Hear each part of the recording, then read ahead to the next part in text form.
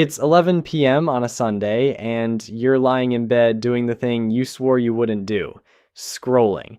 And there it is. Somebody you went to high school with, standing in an infinity pool that drops off into the ocean, captioned, "We only get one life." Your thumb stops. Something in your chest tightens, and before you fully decided anything, you've opened a travel app, the dates are picked, and there's a friendly little button that says, "Reserve now, pay over time." Here's the part nobody tells you. That photo you're jealous of, there's a decent chance the person in it is more broke than you are. They didn't pay for that pool. A payment plan did, and the trip they're calling priceless is going to show up on a credit card statement for the next 11 months. This isn't a video about whether you should travel. It's a video about a trap, one disguised so well that we've started thanking it for robbing us. Let me show you the math.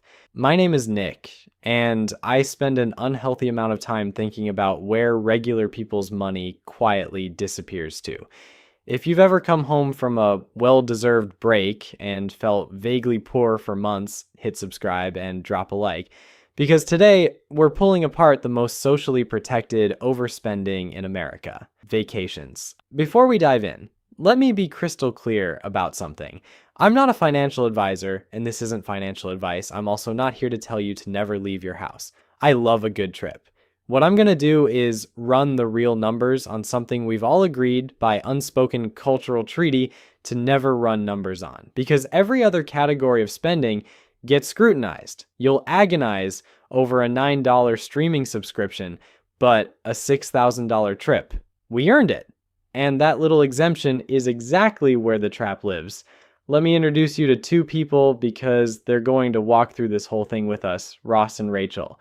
Mid-30s, married, no kids yet. He's in logistics. She does HR. Combined, they pull about $95,000 a year. They're not reckless. They've got a 401k each, a little emergency fund, the whole responsible starter kit, and every year, like clockwork, they take one big trip. This year it was Tulum. Hold on to them. We'll check in as we go.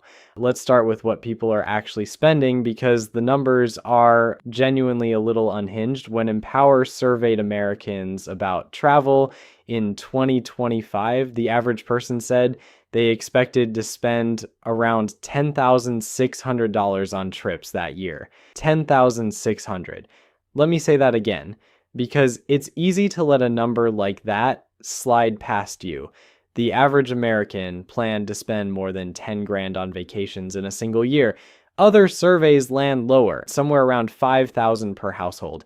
But here's the thing, even the low end is enormous. For a household on the median income of around $80,000, that's somewhere between 6 and 14% of your entire gross income before taxes, going to a category that, as we'll see, gives you almost nothing back that lasts. And where does it go? Roughly 40% to lodging, where the average US hotel night now runs over $160, another 30 to 45% just getting there. The average domestic round-trip flight hit about $400. The rest is food and activities, which is a polite word for the $40 you'll spend renting 2 beach chairs and an umbrella you'll use for like 90 minutes.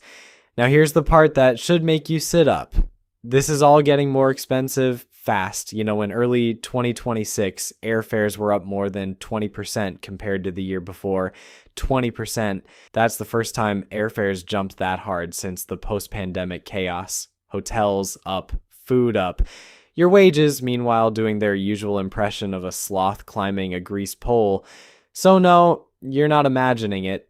The trip you took 5 years ago genuinely costs dramatically more now, and the whole gap is coming straight out of you.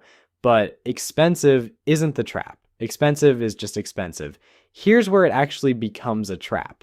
A huge chunk of people aren't paying for these trips with money they have. They're paying with money they're hoping to have later. According to Bankrate, around a third of summer travelers plan to take on debt just to make the trip happen. And the really uncomfortable stat, in that same Empower survey, 13% of Americans admitted they dipped into retirement savings to fund a vacation. Read that one twice. 1 in 8 people reached into the account that's supposed to keep them off cat food at age 75 so they could go to the beach this year. So back to Ross and Rachel. Tulum ran them about $6,200 all in. Flights, the nice resort, the dinners, the catamaran day. They didn't have $6,200 sitting in cash, so they did what the booking screen gently suggested and split it. 8 months later, it's still sitting on a card at 22%, and the line item on the statement just says airline/hotel, like the bank is too polite to remind them what it was for. And they're the rule, not the exception. NerdWallet found that of the people who put last summer's trip on a credit card, 74% didn't pay it off right away. Over a third, 35%, still hadn't paid it off a full year later. They were literally booking this year's vacation while still carrying last year's. That's not a vacation.